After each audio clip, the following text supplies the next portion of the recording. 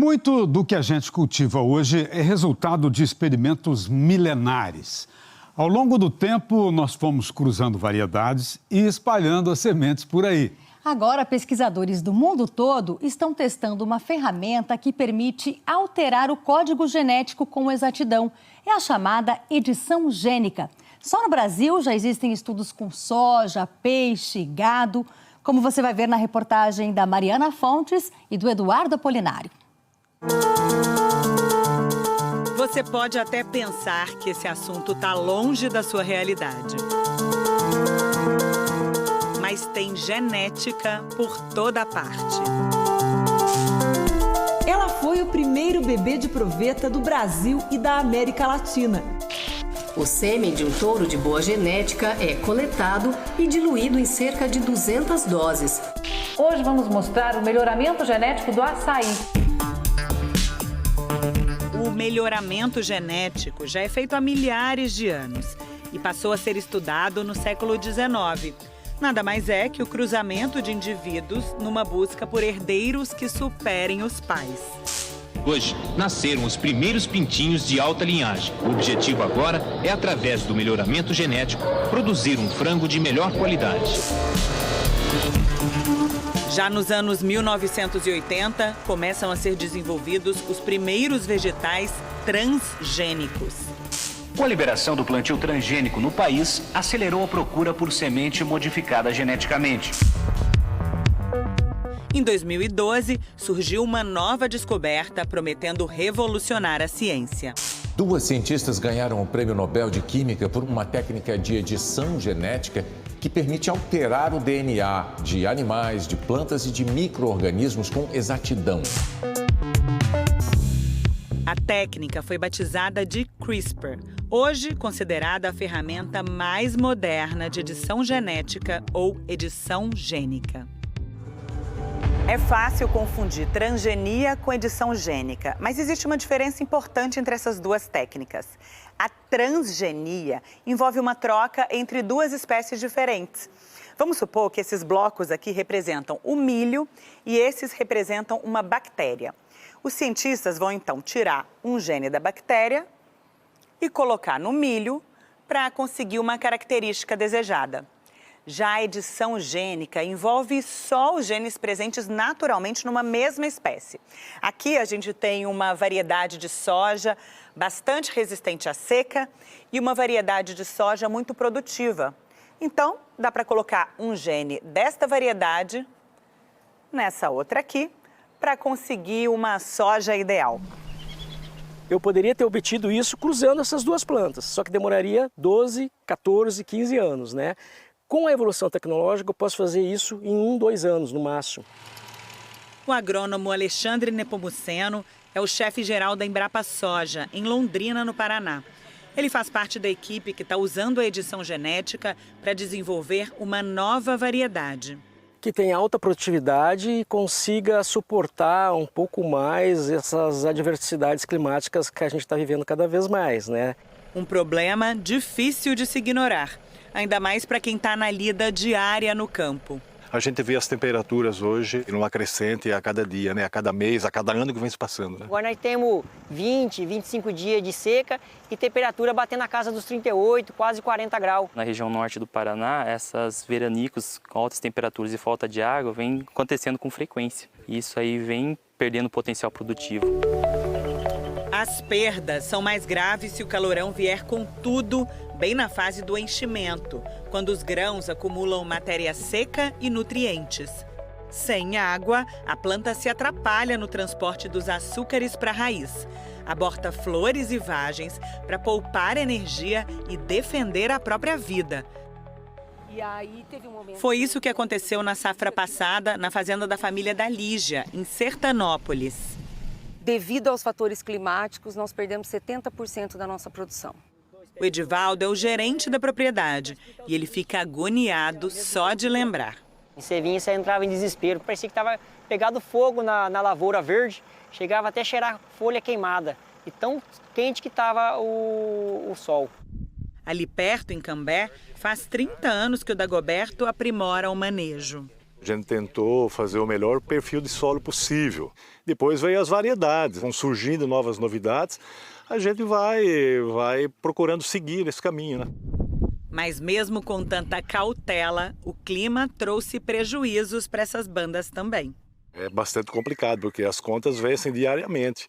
E o senhor já ouviu falar nessa história de pesquisa de edição genética para soja? Já ouvi falar. Se nós tivermos mais um ano que vem com pouca chuva, mais o outro ano, e você tiver a opção de uma nova variedade que ela possa te produzir uma quantidade satisfatória, é claro que você vai mudar. A chave para o que o produtor procura pode estar neste banco refrigerado que preserva o material genético da espécie. Aqui tem a maior diversidade de sementes de soja do mundo. São 65 mil variedades armazenadas a uma temperatura de 5 graus. Elas ficam nessas gavetas com informações sobre de onde vieram, em que ano foram desenvolvidas, as principais características. Ter tantos tipos diferentes é o que permite fazer múltiplas combinações. Se a gente fosse mostrar as primeiras sementes de soja, quais seriam? Elas seriam essas pequenas, que seriam os bisavós da soja, o pai da soja cultivada, e você tem a soja cultivada hoje, que é a soja amarela. O homem foi fazendo a seleção, a interferência nesses 4.000 anos, começando pela China e difundindo pelo mundo inteiro. Hoje, todas essas sementes são ferramentas de trabalho. Para fazer a edição gênica, primeiro o cientista escolhe com qual variedade vai trabalhar. Pega as folhas, né, e faz uma extração com nitrogênio líquido. O nitrogênio líquido ele rompe as células e expõe o DNA. Parece um algodãozinho, aquilo é o DNA de uma planta. O DNA é como se fosse uma biblioteca que contém todas as informações sobre um ser vivo. E nessa biblioteca existem múltiplos livros que na ciência são chamados de genes. Através de um processo conhecido como sequenciamento de DNA, é possível folhear essas páginas para ler o que está escrito aqui dentro. Se você abrir um livro em português, você vai saber o que é uma frase, o que é uma palavra. Então, sequenciar o DNA, o genoma de uma espécie é isso. É abrir esse livro e decifrar esse livro.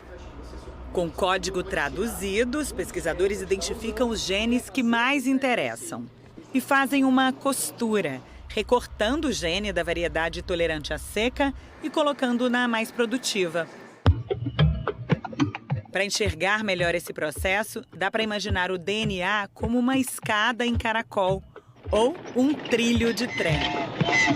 O que a Embrapa faz com a soja é remover uma parte do trilho e trocar por outra.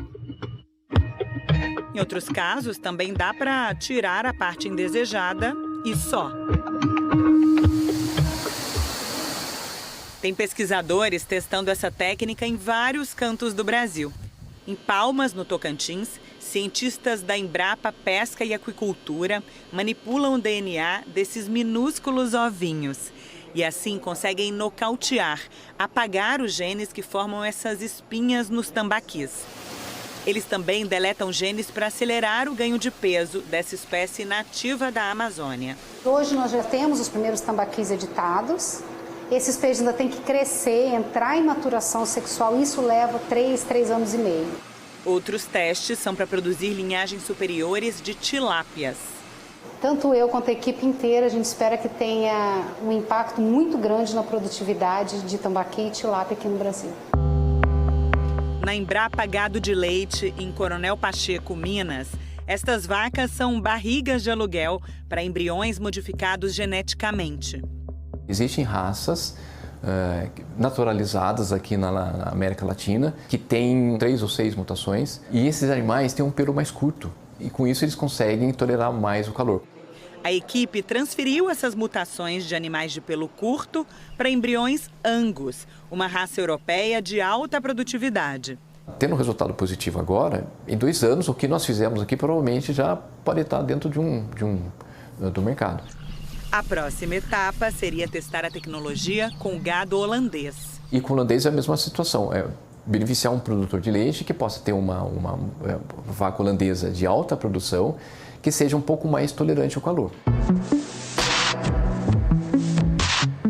A Universidade de São Paulo está tentando produzir clones de porcos que possam doar órgãos para seres humanos.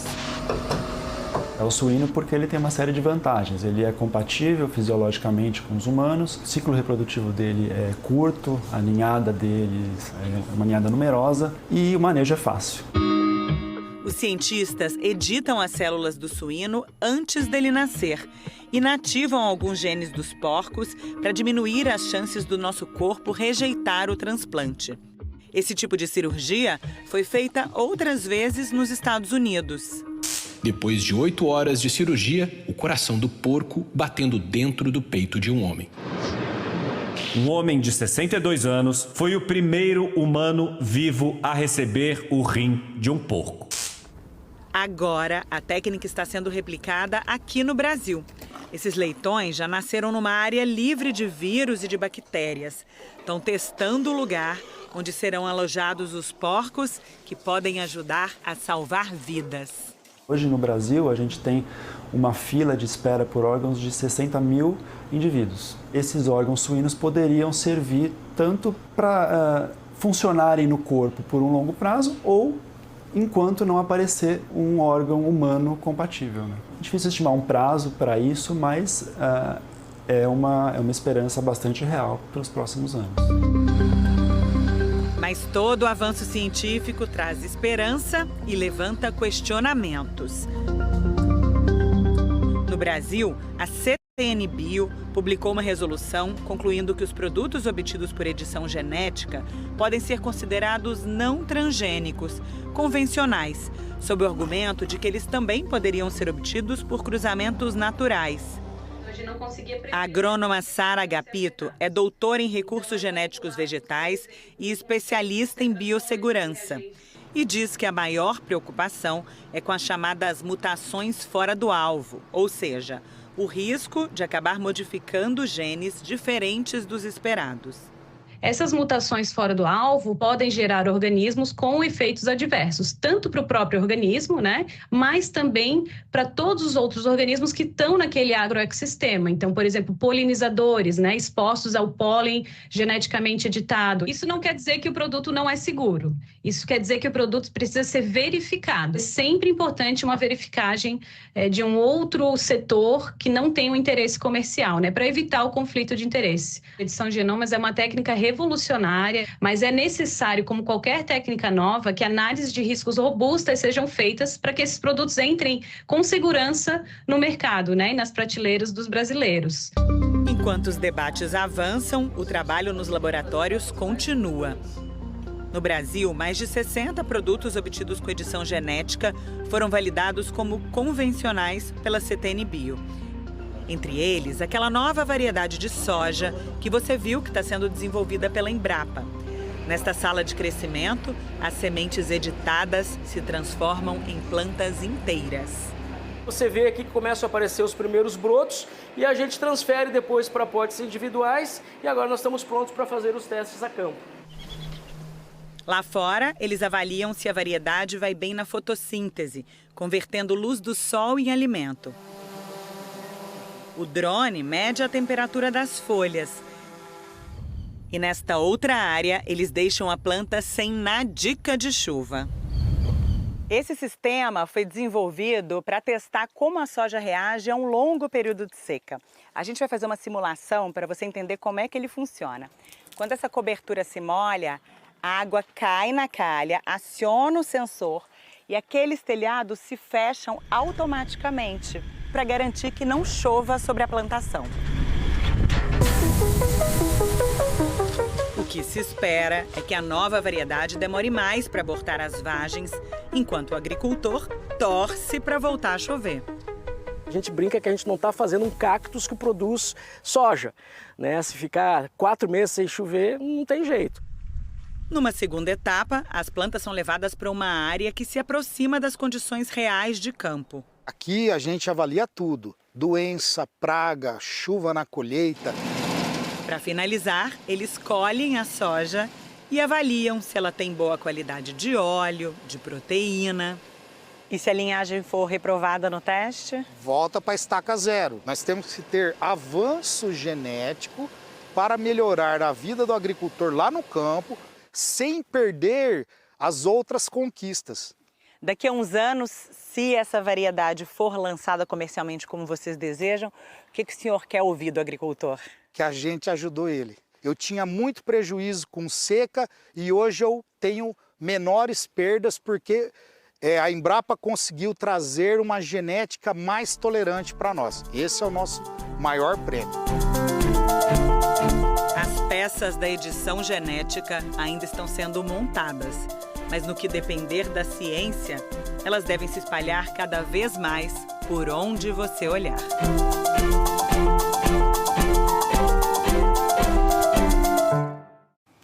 Ainda é difícil dizer quando esses produtos com a genética editada vão ser colocados no mercado.